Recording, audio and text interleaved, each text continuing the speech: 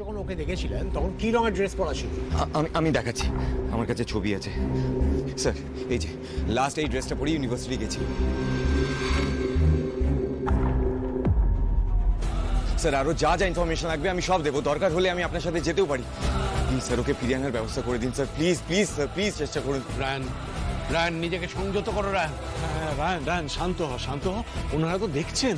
বাবা আমি নিজেকে ঠিক রাখতে পারছি না বাবা, যত সময় পেরোচ্ছে আমার আরো টেনশন হচ্ছে, চিন্তা হচ্ছে। আমার মনে হচ্ছে পারুল কোনো একটা বিপদে পড়ে আছে। ওকে প্লিজ ফিরিয়ে আনার ব্যবস্থা করো বাবা, ও কোনো একটা বিপদে পড়ে আছে, প্লিজ বাবা।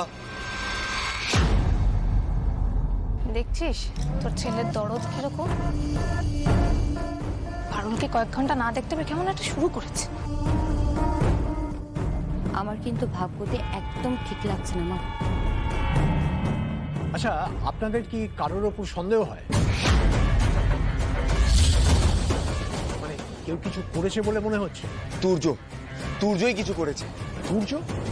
তুর্য মানে তোমাদের সেই ক্লাসমেট যাকে আমরা হসপিটালে অ্যাডমিট করিয়েছিলাম? হ্যাঁ স্যার, ওই। কিন্তু ওকে দেখে তো বেশ ভালো ছেলে বলেই মনে হয়েছিল। আমরাও আগে তাই ভাবতাম স্যার, কিন্তু রিসেন্টলি ওর আসল চেহারা আমরা জানতে পেরেছি। কালকে এই বাড়িতে এসে বড় ঝামেলা করে গেছে ও। ঝামেলা? কি ঝামেলা করে দিয়েছিল? এবার আমি তোকে আমাদের মাঝখান থেকে মুছে দেবো রায়ন। তুর্য ছুরিটা ফেলি দাও। রায়ন,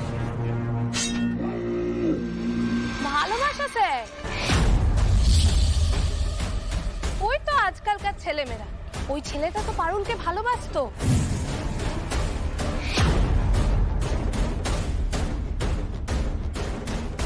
সেই জন্যই তো রায়নের সাথে এসে মারামারি করে গিয়েছে, ছুরি চালিয়েছিল ওর উপর।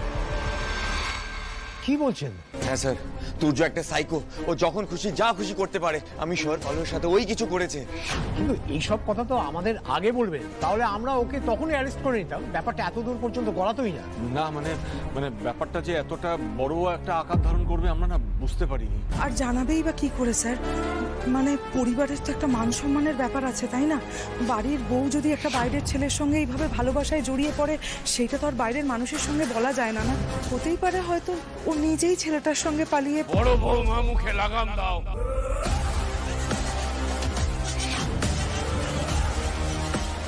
কোথায় দাঁড়িয়ে কোন পরিস্থিতিতে কোন কথা বলতে হয় সেটা কি এখনো তোমায় শেখাতে হবে?